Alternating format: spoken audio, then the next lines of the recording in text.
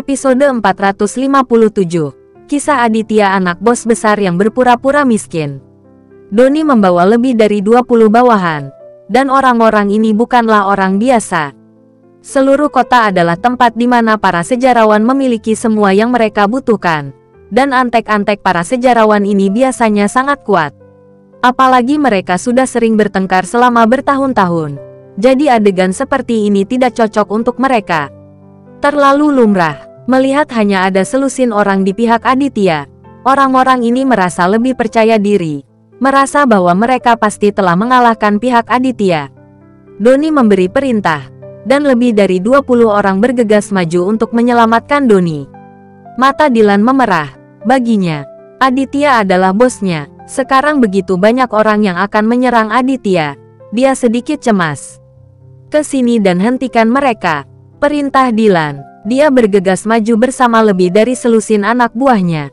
Aditya menganggap itu tidak baik. Dalam perkelahian seperti ini, selusin anak buah Dylan mungkin akan menderita.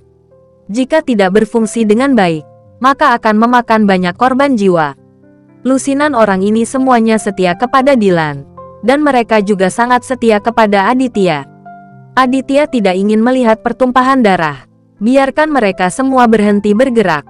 Aditya tiba-tiba mengeluarkan belati dari pinggangnya dan menaruhnya di leher Doni.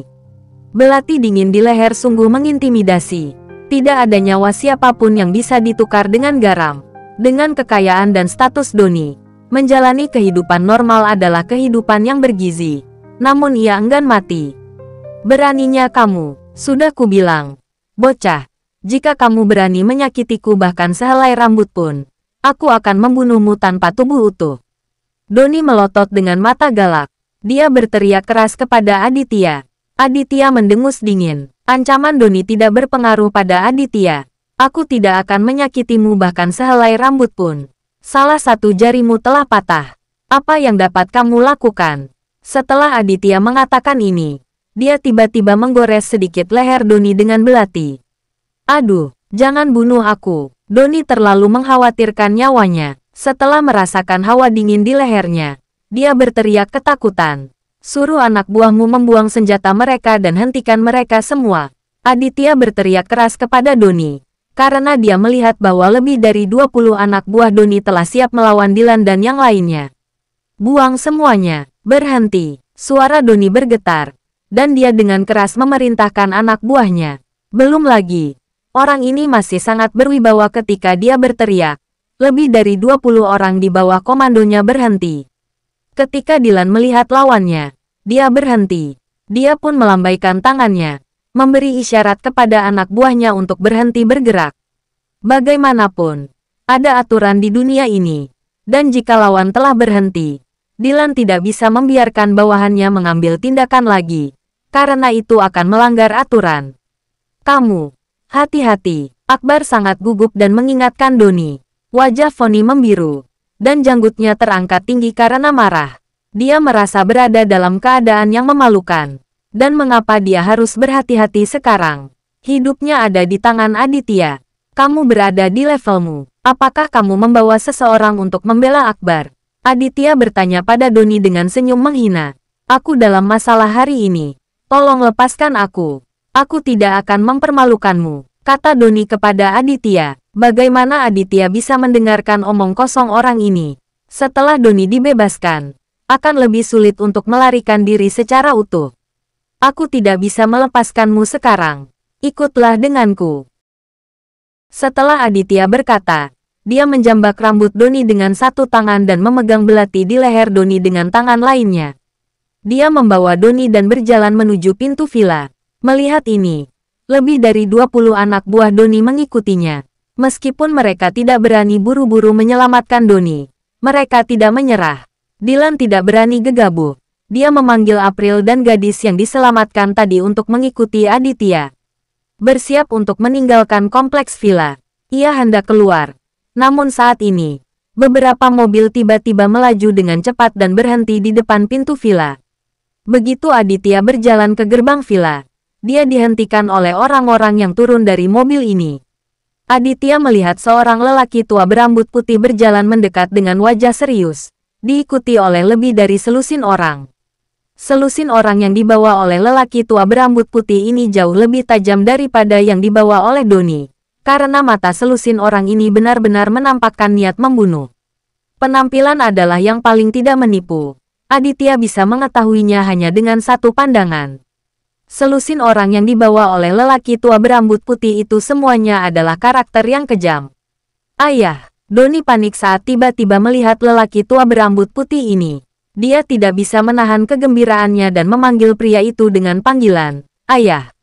Orang yang datang tidak lain adalah orang tua dari Ayah Akbar dan Doni, alias Okta. Dia berusia lebih dari 80 tahun. Tahun ini, tetapi tubuhnya cukup kuat. Ketika Okta melihat putra keduanya sedang dikendalikan, dua cahaya serigala tiba-tiba muncul di matanya. Sombong, siapa kamu? Beraninya kamu menyentuh anakku. Wajah Okta serius. Suaranya seperti bel yang keras. Aditya juga yakin, keluarga Okta sangat sulit dihadapi. Pertama, adik Akbar datang, dan sekarang ayah mereka muncul lagi. Dan mereka tidak ada habisnya. Putramu tidak istimewa, keluar dari sini, atau aku akan menjagamu juga, kata Aditya dingin. Ini, Okta tidak pernah menyangka ada seseorang yang berani berbicara dengannya seperti ini.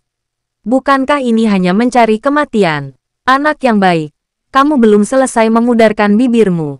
Namun kamu berani menjadi begitu sombong. Okta menjulurkan kepala dan tongkat itu dengan keras dan berteriak dengan marah pada Aditya. Aditya sedikit mengernyit. Dia tidak punya kesabaran sekarang. Dia merasa keluarga Okta ingin bunuh diri. Meski kamu tidak memberitahuku, aku masih tahu siapa kamu. Namamu Aditya. Kan, apakah kamu dari keluarga Edward dari Toraja? Okta menyipitkan matanya dan mendengus dingin ke Aditya. Ini di luar dugaan Aditya. Dia tidak pernah menyangka Okta akan mengetahui identitasnya. Akbar dan Doni mendengarnya dengan jelas, dan keduanya menarik napas dalam-dalam. Berpikir dalam hati bahwa tidak heran Aditya begitu gila. Dia adalah anggota keluarga Edward di Toraja yang telah lama menimbulkan masalah. Ya. Bagaimana kamu tahu? Aditya sangat penasaran. Bagaimana orang tua ini tahu? Kedua cucuku menyebabkan masalah di taman air di kota Manado. Aku sudah mengetahuinya. Pemilik taman air itu adalah putra keluarga Edward dari Toraja.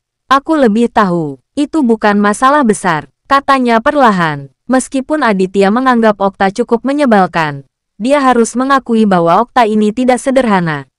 Haha, sepertinya kamu tahu banyak. Oke, aku tidak punya waktu untuk berbicara omong kosong denganmu. Minggir. Bagi Okta, sayang sekali Aditya berbicara dengannya dengan sikap seperti itu. Tidak ada yang berani berbicara kepadaku seperti ini, kata Okta. Tuan Aditya, kamu terlalu gila. Kamu tidak akan beruntung.